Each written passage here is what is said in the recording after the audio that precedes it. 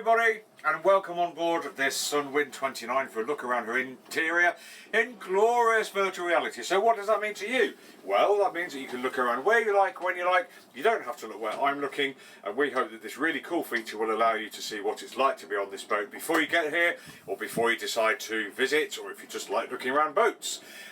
Now all you need to do is click and drag your screen, or swipe your screen up, down, left and right, wherever you like, and you can rotate the camera and see where you like. Enjoy.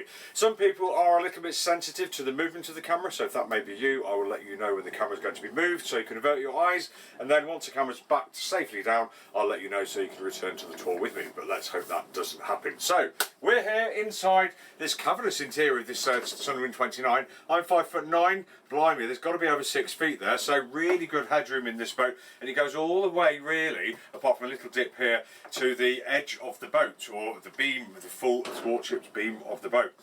That's because we have no side decks, so the benefit is we have more headroom, more room down here, but we don't have side decks. We have a nice flat deck. The only real downside is it's a bit higher to get to the deck from the pontoon because the freeboard is higher, so I need to think about. Bit of a ladder maybe, fender step, that kind of thing. Anyway, we're here to talk about the interior, so here we go. The saloon where I'm standing, you can see we've got linear seating or a bed to the starboard side, C-shape to the port side, where we'll show you in a minute, but in fact what we'll do is we'll revert to the after part of the boat first, where you are, so you can see a little bit better, shall we?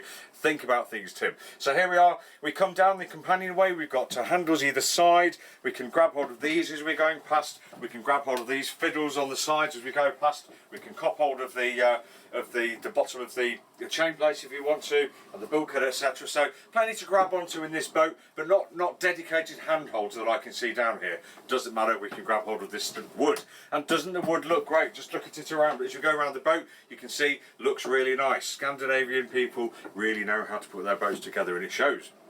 On the port side here, as you come down, you've got the galley, so brilliant for passing the pots and pans up and down, the cups of tea, etc. We have a sink, we have some storage, we have some chopping area, cupboards, fiddle shelf. We have a fridge compartment there, which is a running fridge, but we're not sure if it works, so we need to check that out. We've got a set of drawers down here, and these owners have opted to take away the cooker for gas safety. Great idea. They put a kind of air fryer in and an induction hob there instead, although the gas locker does still exist, so if you wanted to reconnect you might want to, but some may consider that retrograde. I don't really know. Might be up to you. As we come out of the galley and go over to the starboard side, it's not far, just through this little lobby, you can see we've got the nav station and the pilot berth. The pilot berth, long, the head height does go down at the back to give you the cockpit locker by the looks of things, so that does mean that you would be sleeping at this end, I'm sure. Looks quite long, looks nice and wide, stowage underneath, as there is stowage everywhere on this boat seemingly, yeah, this seems like a decent place if you want to just jump down from the cockpit and get your head down for a couple of hours, perhaps if you're on your own or short-handed, etc. And once we're down here, see, I bought everybody flowers. How nice am I? I'll just move those out of the way. You can look at them again later on, don't worry. We have the nav station on the starboard side here. Nice big table, lots of room for bits and pieces inside, stowage underneath, comfy to sit at, forward facing, easy to talk to the helm or the crew up there, and we've got instruments inside the cupboards, instruments here, all really vintage. I do love to see vintage stuff, and I don't like taking them off, and I think you could probably fit new stuff without taking them off if you really wanted, but these aren't particularly anything hugely special, so many people would opt to probably replace these with a few bits and pieces. But we have room here, and we have room up there, maybe a bit of room above there if you didn't want so much head height, but certainly we could opt to change a few of those bits and pieces.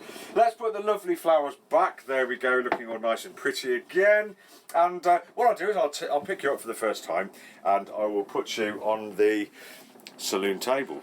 And you're looking aft now towards me, poor you, and just talk about the companionway again. As we come down, this set of steps is attached to the engine box, so the lid comes up, these come away, that comes forwards, gives you a really good view of the front and the top of the nice little 2-cylinder beater in there, so that's all really rather good.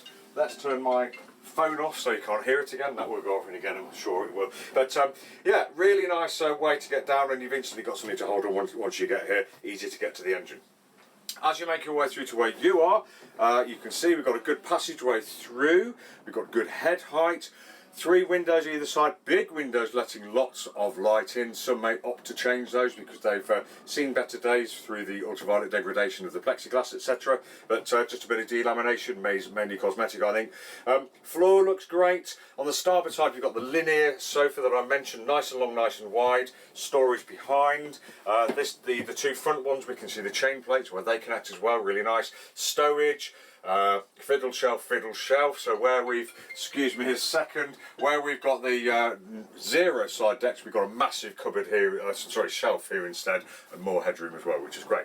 On the port side, you can see we've got C-shaped seating, and we've got storage behind, storage underneath as well, and we have a dedicated piece of wood that's been cut and made and stained or varnished, I think, to place in here, which will give us that nice double for the couple who, or the single person who wants a big bed, but a small double there for the visitors, etc. And again, storage underneath, storage behind, storage above, storage forward. All good.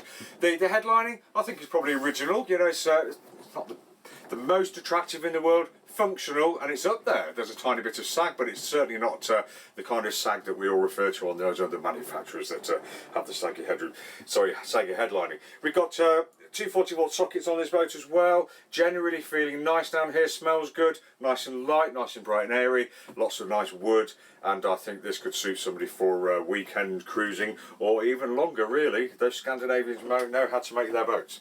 So let's pick you up and I'll transport you through here. I won't close the door just yet, but you saw me, I'm stooping slightly to get through to the door here, but it's reasonably wide. I normally have to squeeze to get there, there's a tiny bit of a squeeze to get my shoulder through. But again, a very wooden compartment. This one we've got wood, but it's all good stuff. You are sitting on the lid of the seat that constitutes the head. And underneath here, if we lift the lid up, we've got the toilet. So if you're not using the toilet, the head, that drops down. You've got yourself a nice seat, no problem. You could probably put some kind of fold down, what are the desks that ladies use? Vanity desk, vanity cupboard or drawer, whatever it is here, if you wanted to.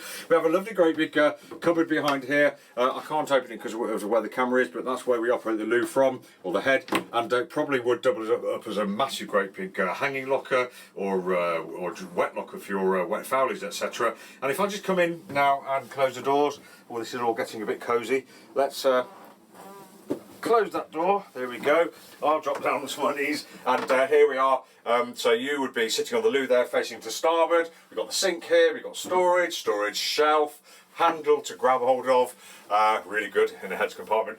And here we've got the sliding door, which is brilliant. So we're not just taking up lots of space. Why most, more or all manufacturers don't do that, I don't know, but it is a good thing. But let's just pick you up quickly and move you, relocate you from the toilet into the forward cabin. There we go. So nice cabin, quite low, so probably about just over 5 feet maybe.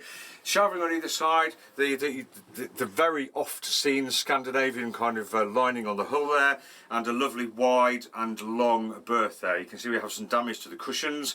That's easily rectified with no problem. We have an infill here that we can take away if you want a small lobby here, so we can sit on the bed and get changed if you didn't want to do it here, and make them feel like 2 slightly more separate beds. Storage underneath, and a freshwater tank up forwards underneath too. Pretty good, hey? And again, really, really nice wood. Very good. Okie doke, right, let's work out how to get out of here. So let's open that door. I'll pick you up again, and I will wheel you all the way through and place you almost in the centre of the compartment there, where I will just sum up by saying, this has been Tim from Boatshed Yacht Brokers. Thanks for joining me. It's been lovely to show you around the interior of this Sunwind 29. Hope you liked it. Hope you enjoyed the tour. We do tours all the time in virtual reality. If you go to our to the Boatshed YouTube channel, you'll find dozens and dozens of videos from the hugest, greatest, most expensive motorboats, gin palaces, etc., down to the tiniest little, most vintage old boats. But we love them all, and we really enjoy bringing these tours to you. Thanks again for watching. Take care. See you soon.